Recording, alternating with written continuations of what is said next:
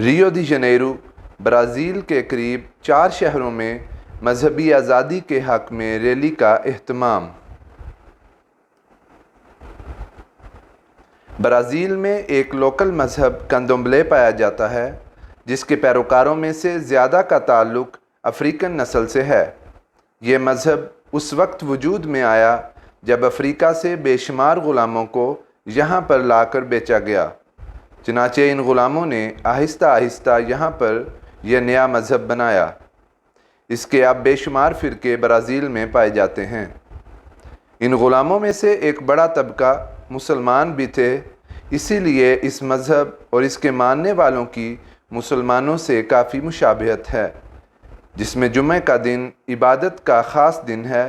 اسی طرح سفید کپڑے پہننا، عورتوں کا مخصوص طرز پر اپنے بالوں کو ڈھانپنا اور مردوں کا بھی مسلمانوں کی طرح ٹوپی پہننا شامل ہے۔ مگر وقت کے ساتھ ساتھ اس مذہب میں دیگر خداؤں کا تصور بھی داخل ہو چکا ہے۔ عمومی طور پر اس مذہب کو برازیل میں مخالفت کا نشانہ بنایا جاتا ہے۔ 1 ماہ قبل اس مذہب کی ایک عمر رسیدہ سربراہ کو ان کے گھر میں مار دیا گیا تھا۔ اسی طرح اور کئی جگہوں پر ان کی عبادت گاہوں کو بھی نقصان پہنچایا جاتا ہے۔ ان سب باتوں کو ملحوظ رکھتے ہوئے ریو دی جنیرو میں ہر سال شہر کے وسط میں مذہبی آزادی کے حق میں ایک واک منعقد ہوتی ہے جس میں ہزاروں افراد شرکت کرتے ہیں۔ اکثر کا تعلق اسی مذہب سے ہوتا ہے۔ اس سال سیاسی رہنما بھی اس میں شامل ہوئے، جن میں انسانی حقوق کی منسٹر کے نمائندہ، نیز نسلی مساوات کے منسٹر کا نمائندہ اور صوبائی اسمبلی کے ممبران بھی شامل ہوئے۔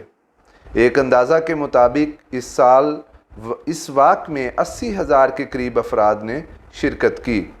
اس سال ریو دی جنیرو کے علاوہ 3 مزید شہروں میں بھی یہ واک منعقد کی گئی، جن میں نیتروئی، ماجے اور کیمپو گراندے شامل ہیں۔ اسلام کی نمائندگی میں خاکسار مبلغ سلسلہ کو بھی ان تمام پروگراموں میں مدعو کیا گیا تاکہ اس میں شامل ہو کر اسلام کے بارے میں لوگوں کو بتایا جا سکے۔ پروگرام کے آغاز میں سب نے دعائیہ کلمات کہے، نیز واک کے دوران ایک بڑے ٹرک سے تمام حاضرین سے اسپیکر کے ذریعہ مخاطب ہونے کا موقع دیا گیا۔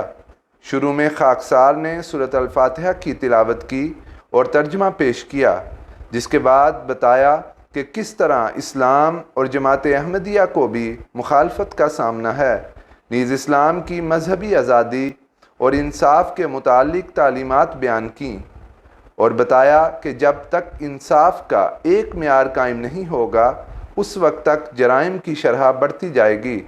خاکسار نے انصاف کے متعلق حضرت صلی اللہ علیہ وسلم کی زندگی سے بعض مثالیں بھی بیان کیں۔